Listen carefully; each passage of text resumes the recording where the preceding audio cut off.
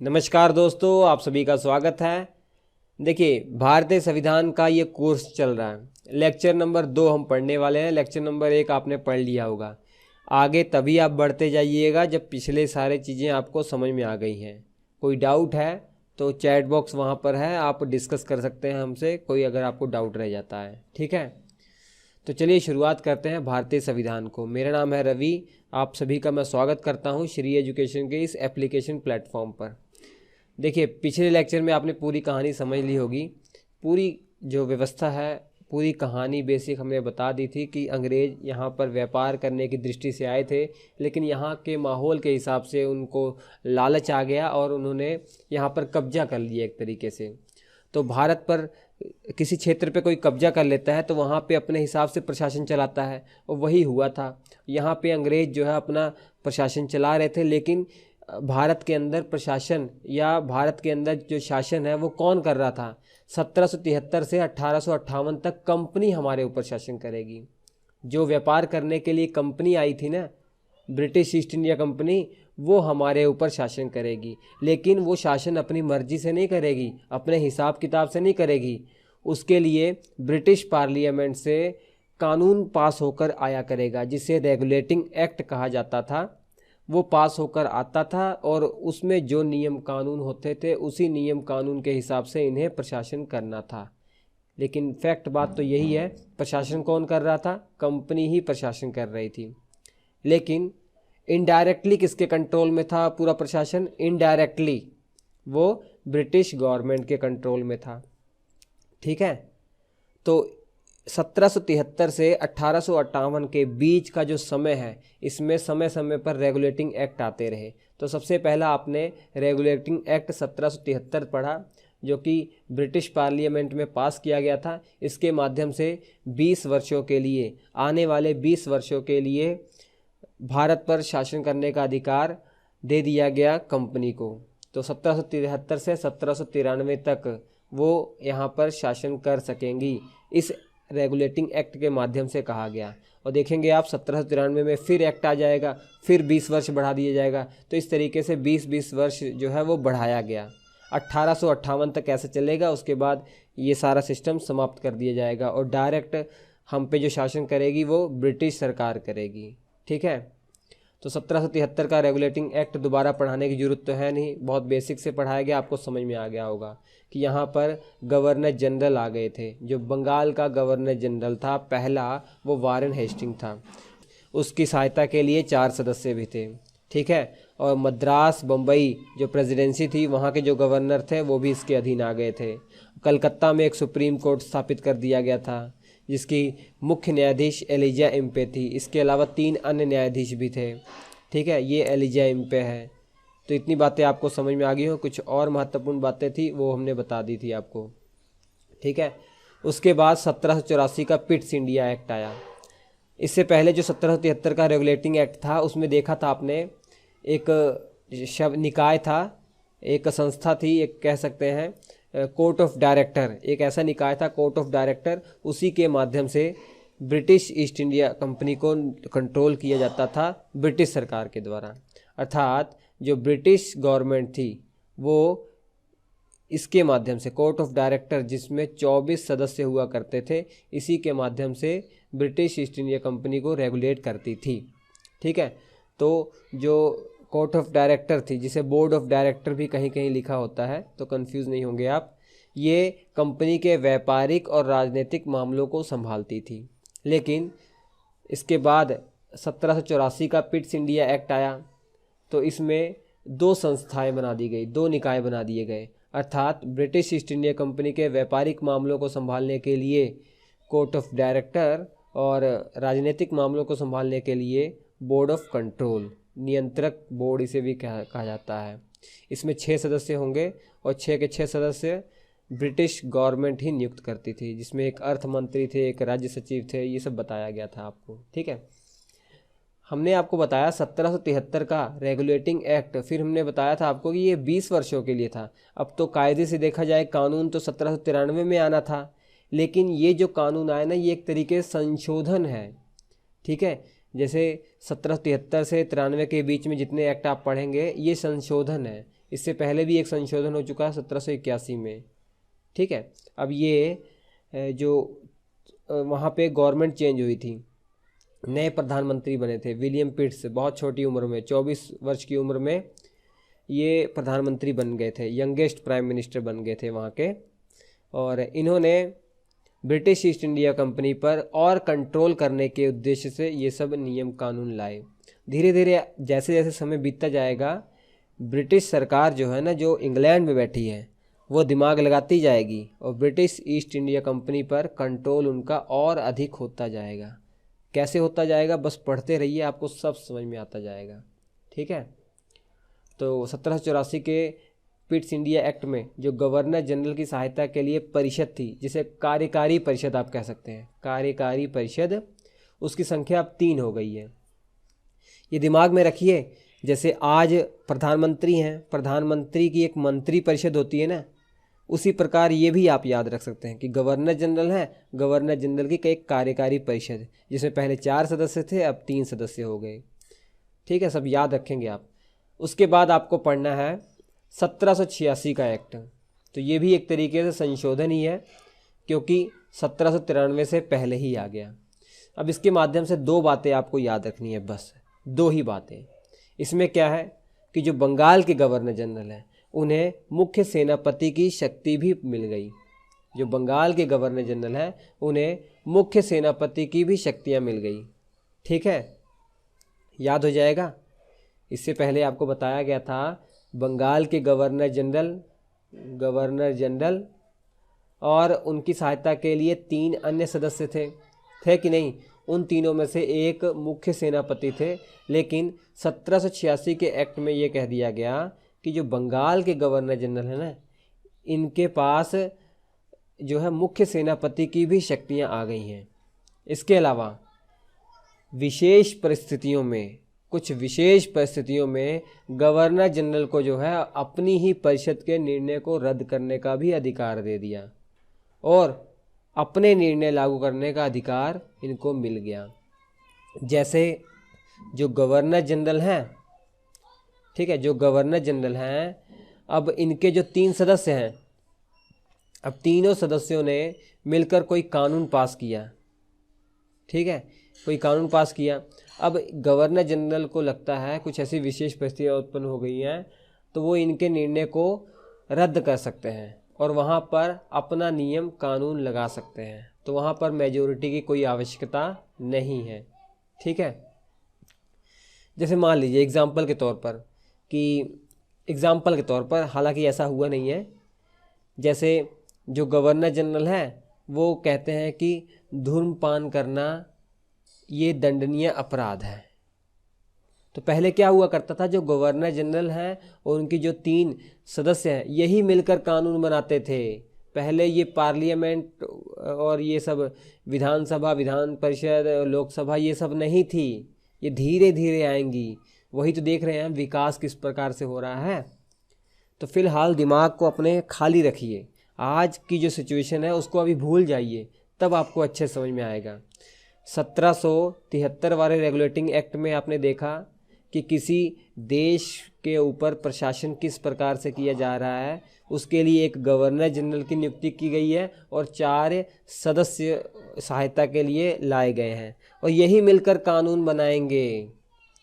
ठीक है, हालांकि ब्रिटिश पार्लियामेंट ने पहले ही रेगुलेटिंग एक्ट पास करके बता दिया गया है कि ऐसा ऐसा करना है, लेकिन जो परिस्थितियों के हिसाब से जो कानून बनाने की आवश्यकता होगी वो गवर्नर जनरल अपनी परिषद के साथ मिलकर बनाएंगे। इसके लिए कोई भी भारत में संसद नहीं है अभी तक। ठीक है, दिमाग में ये रखिएगा, उलझिएगा नहीं, बहुत सिंपल तरीके से मैं बता रहा हूँ। 1773 के बाद फिर 1784 का जो एक्ट आया, उसमें देखा आपने गवर्नर जनरल की सहायता के लिए जो 4 सदस्य थे उनकी सदस्य संख्या 3 हो गई है। अब 1786 वाला जो एक्ट आया है, इसमें देखा आपने कि पहले 3 सदस्यों में एक मुख्य सेनापति हुआ करता था, अब जबकि इसमें कह दिया गया कि जो मुख्य सेनापति है उनकी जो शक्तियां हैं वो गवर्नर जनरल के पास ही होंगी। ठीक है, गवर्नर जनरल के पास मुख्य सेनापति की शक्तियां होंगी, अर्थात इनडायरेक्टली यही मुख्य सेनापति भी हो गए अब। ठीक है, इसके अलावा विशेष परिस्थितियों में गवर्नर जनरल को अपनी परिषद के निर्णय को भी रद्द करने का अधिकार दे दिया गया। मैं एग्जाम्पल के तौर पर आपको समझा रहा हूँ। जैसे ये गवर्नर जनरल है हमारे, ठीक है, ये कौन है? गवर्नर जनरल, और इनके साथ 3 अन्य सदस्य हैं। इनकी सहायता के लिए 3 जो हैं अन्य सदस्य हैं, बिल्कुल हैं। अब इन्होंने एक कानून बनाना चाहा कि भारत के अंदर धूम्रपान करना दंडनीय अपराध होगा। अब ये कानून तभी पास हो पाएगा कम से कम 3 सदस्यों में से एक सदस्य इनके फेवर में आ जाए। और मान लीजिए ये तीनों सदस्य इनके विपक्ष में आ जाते हैं और कहते हैं कि नहीं, जो आप कानून पास कराना चाह रहे हैं ये सही नहीं है, धूम्रपान करना अपराध नहीं होना चाहिए। अब होगा क्या? कानून तो बाकायदे से देखा जाए तो कानून पास नहीं होगा, लेकिन कुछ विशेष परिस्थितियों का बहाना मार के ये कह सकते हैं कि नहीं, इनका जो निर्णय है उसे रद्द कर दिया जाता है और मेरा निर्णय लगा दिया जाता है, अर्थात धूम्रपान करना वो दंडनीय अपराध होगा, तो वो माना जाएगा, वो कानून पास हो जाएगा। ठीक है, तो कुछ विशेष परिस्थितियां होनी चाहिए, कुछ जेन्युइन कारण होना चाहिए, कुछ विशेष परिस्थितियां होनी चाहिए ऐसी। तो उसके बाद 1773 का रेगुलेटिंग एक्ट जो था ना, वो अब उसका टाइम पीरियड समाप्त हो गया था। तो ब्रिटिश पार्लियामेंट से एक और चार्टर्ड एक्ट पास होकर आया, 1793 का चार्टर्ड एक्ट। अब कंपनी के व्यापारिक अधिकार को भारत में 20 वर्षों के लिए और बढ़ा दिया गया, और जो भारत पर प्रशासन वो कर रही थी उसके लिए 20 वर्ष और बढ़ा दिया गया। ठीक है, लेकिन यहाँ पर एक और बात जोड़ दी गई कि जो कंपनी के सभी कर्मचारी हैं, जो कंपनी में कर्मचारी काम कर रहे हैं, जो अधिकारी हैं, उनको जो वेतन है ना, वो अब भारतीय रेवेन्यू से ही दिया जाना चाहिए। जो भारतीय कोष है, एक तरीके से भारतीय खजाना है, वहीं से उनको वेतन दिया जाएगा। ये 1793 के चार्टर एक्ट में ये निश्चित कर दिया गया। ठीक है, तो बस इतनी ही बातें आपको 1793 के चार्टर एक्ट में याद रखनी है। तो क्या याद रखना है कि 20 वर्षों के लिए एक्सटेंड कर दिया गया, और जो कंपनी के कर्मचारी हैं उनका वेतन अब भारतीय खजाने से ही दिया जाएगा। अब फिर आ गया समय 1813 का।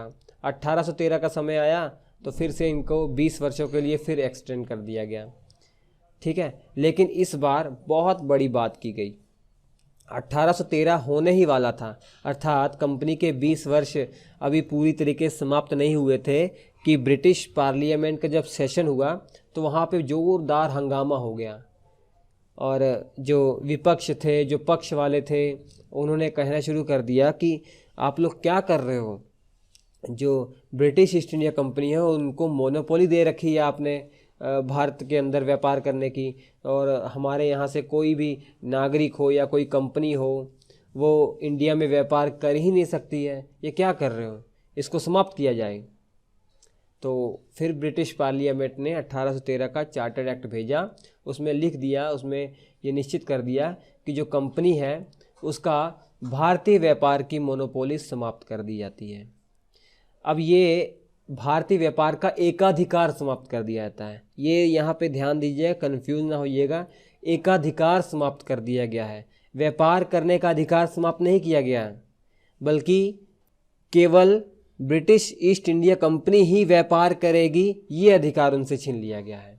अब इसका मतलब ये हो गया कि भारत के अंदर कोई भी विदेशी, अर्थात कोई भी ब्रिटिश का नागरिक आकर व्यापार कर सकता है, कोई भी ब्रिटिश कंपनी आकर व्यापार कर सकती है।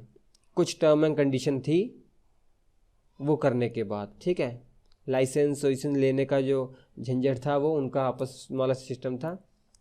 लेकिन ये याद रखिए कि ब्रिटिश ईस्ट इंडिया कंपनी की मोनोपोली भारत में समाप्त कब हुई? 1813 के चार्टर एक्ट में। इसका मतलब ये है कि इससे पहले जो था ना, केवल ब्रिटिश ईस्ट इंडिया कंपनी ही भारत में व्यापार कर सकती थी, और कोई कंपनी नहीं कर सकती थी, और कोई नागरिक व्यापार नहीं कर सकता था। लेकिन 1813 के बाद ये पूरी तरीके से समाप्त कर दिया गया। लेकिन याद रखिए 1813 में जो चाय का मोनोपोली है, भारत के अंदर जो चाय का जो व्यापार है उसकी मोनोपोली इनकी बनी रही, और इसके साथ चीन में जो व्यापार करने की मोनोपोली थी वो भी इनकी बनी रही। ठीक है, चीन के साथ व्यापार करने की और चाय का व्यापार करने की जो एकाधिकार था वो बना रहा, उस पर कोई और ब्रिटिश का नागरिक आकर या कोई कंपनी आकर व्यापार नहीं कर सकती थी। ठीक है, याद रखिए। तो आप समझ पा रहे हैं कि कंपनी की जो भारतीय व्यापार का एक अधिकार था वो समाप्त कर दिया गया। कब? 1813 के चार्टर्ड एक्ट में। नोट कर लीजिएगा, परीक्षा में बहुत बहुत बार पूछा गया है। इसके अलावा जो कंपनी थी, जो कंपनी के हिस्सेदार थे, जो कंपनी शुरू हुई थी वो कई लोगों ने मिलकर शुरू की थी ना, जो उसके हिस्सेदार थे उनको अब भारतीय रेवेन्यू से 10.5% जो लाभ होगा वो उनको दिया जाएगा। तो भारतीय राजस्व का 10.5% जो लाभांश है कंपनी को मिलेगा, या कहा जाए कंपनी के जो हिस्सेदार हैं उनको मिलेगा। ठीक है, नोट कर लीजिएगा। इसके अलावा ईसाई धर्म प्रचारकों को अनुमति मिल गई कि वो भारत में आकर ईसाई धर्म का प्रचार कर सकते हैं 1813 के चार्टर एक्ट के तहत। नोट कर लीजिएगा। और पहली बार शिक्षा के लिए हर वर्ष 1 लाख रुपए कंपनी की आय से खर्च करने का प्रावधान किया गया। भारत के अंदर शिक्षा के लिए 1 लाख हर वर्ष कंपनी के आय से खर्च किया जाएगा। ये बहुत बड़ी बात है, नोट कर लीजिएगा, क्योंकि उस समय अंग्रेज जो है इस प्रकार से सोच रहे हैं। तो ये एग्ज़ाम में भी बहुत बार पूछा जाता है कि पहली बार भारतीय शिक्षा के लिए 1 लाख रुपए प्रति वर्ष खर्च करने का प्रावधान किस चार्टर एक्ट के तहत किया गया? 1813 चार्टर एक्ट के तहत किया गया। क्योंकि उस समय क्या हो रहा था, ये अपना जो है ना विस्तार कर रहे थे, भारत के हर कोने में ये कब्जा कर रहे थे धीरे धीरे। तो इससे बगावत हो रही थी, बगावत उठ रही थी। तो एक तरीके से मिट्टी गोली देने के लिए, भारतीयों को बहकाने के लिए, मिट्टी गोली देने के लिए, जो भारत के अंदर जो पढ़े लिखे वर्ग हैं उनके दिमाग को थोड़ा शांत करने के लिए, उनको शांति से बैठाने के लिए, ताकि वो आंदोलन ना करें। तो इस तरीके से मिट्टी गोली वो दिया करते थे। समझ पा रहे मैं क्या कहना चाह रहा हूँ? ठीक है, एक तरीके से बहकावा है ये। तो ये था 1813 का चार्टर एक्ट, नोट कर लीजिएगा। उसके बाद 20 वर्ष फिर समाप्त हो जाते हैं। फिर से ब्रिटिश पार्लियामेंट से एक और चार्टर एक्ट पास होकर आता है, 1833 का चार्टर एक्ट। ठीक है, अब इसमें फिर से 20 वर्षों के लिए जो व्यापार का अधिकार था वो बढ़ा दिया गया। हालांकि मोनोपोली तो समाप्त कर दी गई पहले से, लेकिन 1833 के चार्टर एक्ट के माध्यम से चाय और चीन से व्यापार करने का जो एक अधिकार था वो भी समाप्त कर दिया गया। तो देख रहे हैं धीरे धीरे किस प्रकार से कंपनी पर वो अपना अधिकार कर रहे हैं। कंपनी का जो कंट्रोल है भारत पे वो कम कर रहे हैं और डायरेक्ट अपना कंट्रोल बढ़ाते जा रहे हैं। तो धीरे धीरे आप देखेंगे 1858 तक वो नौबत आ जाएगी कि ब्रिटिश ईस्ट इंडिया कंपनी का प्रशासन भारत पे समाप्त कर देंगे और डायरेक्ट ब्रिटिश गवर्नमेंट हम पर रूल करेगी। तो बस आप परिस्थितियाँ देखते जाइए क्या क्या हो रहा है। ठीक है, अब इसके अलावा यहाँ तक धीरे धीरे अंग्रेज़ों ने पूरे भारत पर कब्जा कर लिया। तो अब भारत का गवर्नर जनरल पद हो गया। पहले जो बंगाल का गवर्नर जनरल था 1833 के चार्टर एक्ट के माध्यम से वो भारत का गवर्नर जनरल हो गया। और विलियम बेंटिंग वो पहला व्यक्ति था जो भारत का गवर्नर जनरल बना। भारत का पहला गवर्नर जनरल कौन था? विलियम बेंटिंग था, नोट कर लीजिएगा। इसके अलावा विलियम बेंटिंग ही बंगाल का अंतिम गवर्नर जनरल था, याद रहेगा।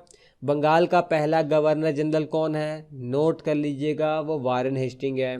बंगाल का अंतिम गवर्नर जनरल कौन है? विलियम बेंटिंग है। और भारत का पहला गवर्नर जनरल कौन है? वो भी विलियम बेंटिंग है। ठीक है, तो भारत के गवर्नर जनरल की जो पोस्ट है वो किस एक्ट के तहत आई? 1833 के चार्टर्ड एक्ट के तहत आई। और गवर्नर जनरल की सहायता के लिए पहले कितने सदस्य थे? 3 सदस्य थे ना, पहले 4 थे फिर 3 कर दिए गए थे। तो आपको मालूम है 3, याद है ना, भूलना नहीं। अब इस एक्ट के तहत क्या किया गया? एक चौथा सदस्य लाया गया जो कानून विशेषज्ञ के रूप में जोड़ा गया। हालांकि उसको वोट देने का अधिकार नहीं था, वो एक सलाह दे सकता था। सलाहकार के रूप में एक चौथा सदस्य कानून विशेषज्ञ जोड़ा गया जो मैकाले था। ठीक है, लॉर्ड मैकाले वो पहला व्यक्ति था जो कानून विशेषज्ञ के रूप में जोड़ा गया गवर्नर जनरल की परिषद में। याद हो जाएगा। तो गवर्नर जनरल, ये गवर्नर जनरल है, इनकी परिषद में 3 सदस्य तो पहले से थे, एक कानून विशेषज्ञ के रूप में जोड़ा गया जो कानून जो बन रहे हैं उनके बारे में जानकारी देगा ये। ठीक है, क्योंकि ये कानून का अच्छा जानकार जो होता है उसी को नियुक्त किया गया था। जैसे भारत का एक होता है ना कि महान्यायवादी, जो अटॉर्नी जनरल है, एक तरीके से भारत सरकार का सबसे बड़ा वकील होता है, एक तरीके से कानून विशेषज्ञ होते हैं। ठीक है, तो वो बताते हैं, कानूनी जानकारी देते हैं। उसी प्रकार यहाँ भी सिस्टम था। इन्हें वोट करने का अधिकार नहीं था, कानून विशेषज्ञ को वोट करने का अधिकार नहीं था, वो एक तरीके से सलाहकार के रूप में थे। और 1833 के चार्टर एक्ट के माध्यम से दास प्रथा को गैर कानूनी घोषित कर दिया गया और इंस्ट्रक्शन दिए गए गवर्नर जनरल को कि दास प्रथा को समाप्त करने के लिए वो अपने हिसाब से बड़े बड़े कदम उठा सकते हैं। तो 10 वर्षों के बाद अर्थात 1843 में भारत के अंदर दास प्रथा समाप्त हो गई। ठीक है, दास प्रथा जो है वो समाप्त कब हुई? 1843 में, 1843 में, नोट कर लीजिएगा। 1833 के चार्टर एक्ट के माध्यम से इसे गैर कानूनी घोषित किया गया, लेकिन 10 वर्षों के बाद भारत से समाप्त हुई दास प्रथा। इसके अलावा मद्रास और बम्बई जो प्रेसिडेंसी थी, वहाँ के जो गवर्नर थे, उनसे कानून बनाने की जो शक्तियाँ थी वो भी छीन ली गई। पहले उनके पास शक्ति थी कि वो अपने प्रेसिडेंसी में कानून बना सकते थे, लेकिन इस चार्टर एक्ट के माध्यम से मद्रास बम्बई के जो गवर्नर हैं उनसे कानून बनाने की शक्ति छीन ली गई। अब गवर्नर जनरल ही अपनी परिषद के साथ मिलकर वहाँ के लिए भी कानून बनाएगी, अर्थात पूरे भारतीय क्षेत्र के लिए यही कानून बनाएंगे गवर्नर जनरल और उनकी जो परिषद है। ठीक है, समझ में आ रहा है आपको ना? तो इसके बाद आता है 1853 का चार्टर एक्ट। 20 वर्ष हो गए। अब 1853 के चार्टर एक्ट में ब्रिटिश पार्लियामेंट ने कोई समय नहीं निर्धारित किया। अब बस ये कहा कि जब तक ब्रिटिश की जो पार्लियामेंट है, जो ब्रिटिश संसद है, जब तक वो चाहे तब तक जो है आप वहाँ पे रूल कर सकते हैं। जिस दिन ब्रिटिश पार्लियामेंट ने ठान लिया कि अब से वहाँ पर जो कंपनी है वहाँ का शासन उनका जो शासन है भारत पर नहीं रहेगा, तो उस दिन से उनका शासन समाप्त कर दिया जाएगा। तो एक तरीके से बैकग्राउंड बना रहे हैं, ब्रिटिश पार्लियामेंट एक तरीके से बैकग्राउंड बना रही है कि कंपनी का शासन भारत से समाप्त किया जाए। ठीक है, तो ये है। अब 1853 के चार्टर एक्ट के माध्यम से जो कोर्ट ऑफ डायरेक्टर, जिसमें 24 सदस्य थे, अब उनकी सदस्य संख्या कितनी कर दी गई? 18 कर दी गई। और ये 18 सदस्यों में जो 6 सदस्य होंगे उनको जो चुनने का अधिकार है वो ब्रिटिश सम्राट को दे दिया गया। इससे पहले क्या सिचुएशन थी? ये जो कोर्ट ऑफ डायरेक्टर थे, इनकी संख्या 24 थी। इनको कौन चुना करता था? इनको वही लोग चुनते थे जिनकी हिस्सेदारी हुआ करती थी कंपनी में, जिन्होंने कंपनी को मिलकर स्थापित किया है। उनमें से जिनका परसेंटेज ज़्यादा होता था, जिन्होंने ज़्यादा निवेश किया हुआ है, वो चुनते थे इन 24 सदस्यों को। लेकिन यहाँ पर 24 सदस्य संख्या से 18 कर दी गई। इनमें से जो 6 सदस्य हैं, अब कौन चुनेगा? ब्रिटिश सम्राट चुनेंगे। ब्रिटिश के जो राजा हैं, जो कह सकते हैं जो प्राइम मिनिस्टर थे, वो चुनेंगे। ठीक है। इसके अलावा 1853 के चार्टर एक्ट में एक और बहुत महत्वपूर्ण बात की गई। ये याद रखिएगा, 1853 के चार्टर एक्ट में ये पूछा जाता है ज़्यादा। गवर्नर जनरल की एक और परिषद का निर्माण किया गया, जिसमें 6 नए सदस्य लाए गए और उस परिषद को विधान परिषद कहा गया। नोट कर लीजिएगा, मैं आपको समझाता हूँ। ये हैं गवर्नर जनरल, ये हैं गवर्नर जनरल। इनकी एक कार्यकारी परिषद थी जिसमें 3 सदस्य थे पहले, और एक कानून विशेषज्ञ के रूप में जोड़ा गया था। इतना तो आपको याद है। लेकिन 1853 के चार्टर एक्ट के माध्यम से गवर्नर जनरल की एक और परिषद जो विधान परिषद कहलाई, जिसमें टोटल सदस्य कितने हैं, 6 सदस्य हैं। अब इसका उद्देश्य लाने का ये था कि अब कानून बनाने का जो जिम्मा है ये संभालेंगे और प्रशासन करने का जिम्मा ये संभालेंगे। अब ये कहलाएगी कार्यकारी परिषद और ये कहलाएगी विधान परिषद। इसे आप छोटी संसद के रूप में भी जान सकते हैं, इसे आप कह सकते हैं ये छोटी संसद है। तो देख रहे हैं किस प्रकार से विकास हो रहा है। गवर्नर जनरल की पहले सहायता के लिए 3-4 सदस्य ही हुआ करते थे, वही प्रशासन करवाते थे, वही कानून बनाते थे। लेकिन 1853 में पहली बार जो कानूनी कार्य हैं वो अलग कर दिए गए, जो विधिक कार्य हैं वो अलग कर दिए गए, वो उन्हें एक तरीके से छोटी संसद कहा गया। जैसे आज की डेट में प्रधानमंत्री जी हैं, प्रधानमंत्री जी की एक मंत्री परिषद है, ये मंत्री परिषद के इक्वल आप मान सकते हैं। और जो हमारी सरकार है, केंद्र सरकार, वो कानून किसके माध्यम से बनवाती है, संसद के माध्यम से बनवाती है। तो एक तरीके से इसको संसद आप मान सकते हैं, समझने के लिए बता रहा हूँ। तो यहाँ पर देखिए प्रशासनिक और विधिक कार्य किस प्रकार से अलग कर दी गए। तो 6 नए सदस्य की नियुक्ति की गई, जिनमें जो 4 सदस्य हैं वो बंगाल, मद्रास, बम्बई और आगरा का जो स्थानीय प्रांतीय सरकार है उन्हीं के द्वारा चुने जाने थे। ठीक है, ये है। तो 1853 का चार्टर्ड एक्ट में ये सबसे महत्वपूर्ण बात थी, नोट कर लीजिएगा।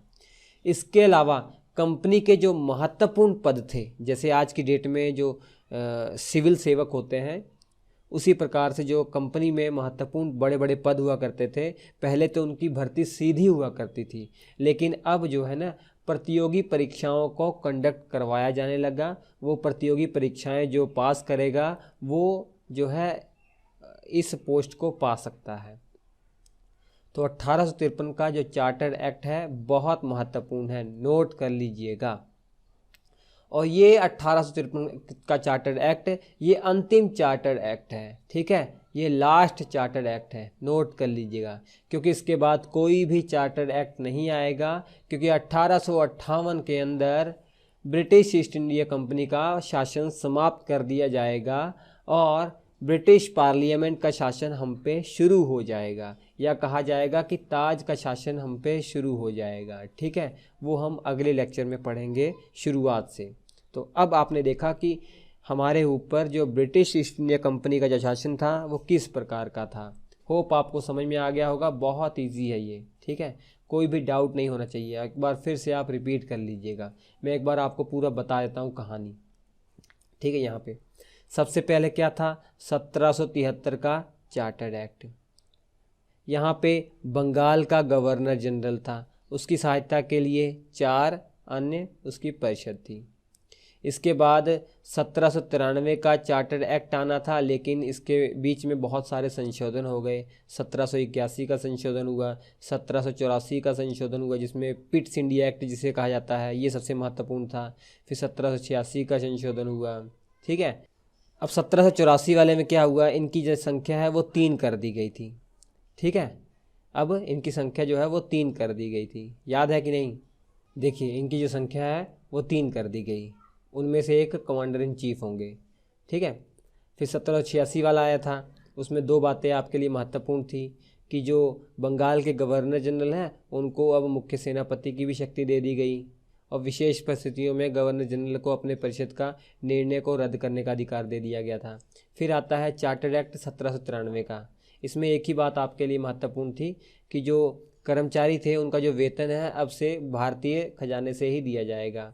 फिर 20 वर्षों के बाद फिर से एक चार्टर्ड एक्ट आता है जिसमें मोनोपोली समाप्त कर दी जाती है। तो ये सबसे ज़्यादा पूछा जाता है 1813 के चार्टर्ड एक्ट में कि मोनोपोली, कंपनी की मोनोपोली किस एक्ट के तहत समाप्त की गई, इस एक्ट के तहत, जबकि चाय और चीन के साथ व्यापार करने की मोनोपोली अभी बनी थी और ईसाई धर्म प्रचारक यहीं आना शुरू हो गए थे, अनुमति मिल गई थी।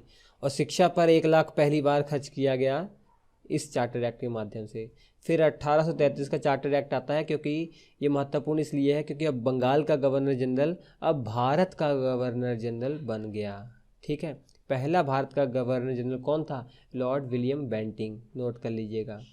अब इस एक्ट का एक और खासियत था कि जो पहले चाय और चीन के व्यापार पे एक अधिकार दिया गया था ना, वो अब इसमें छीन लिया गया है। ठीक है।